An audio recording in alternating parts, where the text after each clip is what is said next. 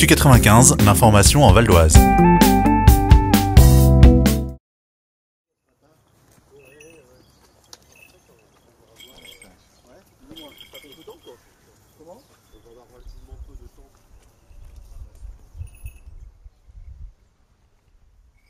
sont des oiseaux dans la nature qui ont des relations sociales et qui arrivent, contrairement aux autres rapaces, à chasser en petits groupes.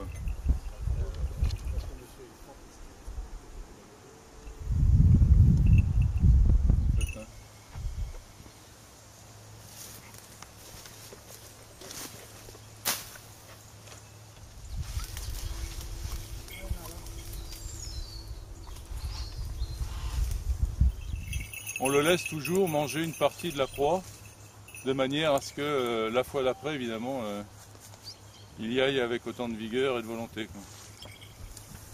Ça s'appelle faire, en langage fauconnerie, ça s'appelle faire courtoisie à l'oiseau. En fait. Des rapaces qui ne s'intéressent pas du tout aux oiseaux, par exemple. On a vu tout à l'heure, il y avait des pigeons, il y avait des grives.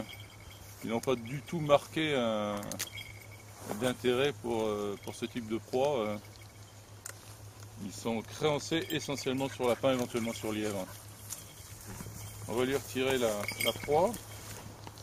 Et puis ça va permettre donc d'aller en chercher un autre. Donc, on ne cherche absolument pas à mettre à blanc la population locale, bien au contraire. On régule en fonction de la demande des gens qui ont la maîtrise foncière. Est-ce qu'on veut diminuer, est-ce qu'on veut juste écrémer mais en aucun cas, de toute façon, un prédateur ne peut mettre à blanc une population de proies, y compris dans la nature, bien évidemment. Ce sont des équilibres qui s'établissent de façon très précise.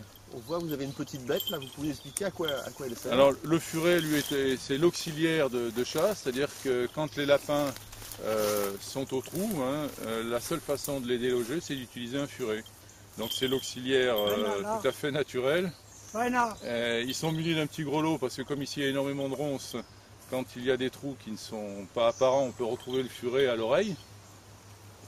Et les oiseaux donc ont parfaitement également compris que le furet n'était pas une proie, mais un auxiliaire et donc potentiellement il est susceptible de lui faire sortir un lapin.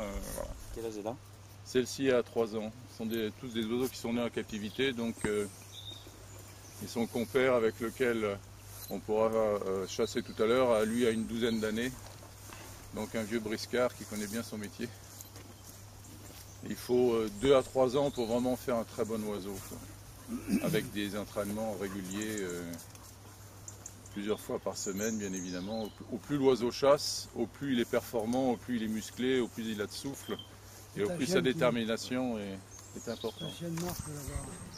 Alors on va peut-être se déplacer puisque effectivement les chiens sont également des auxiliaires.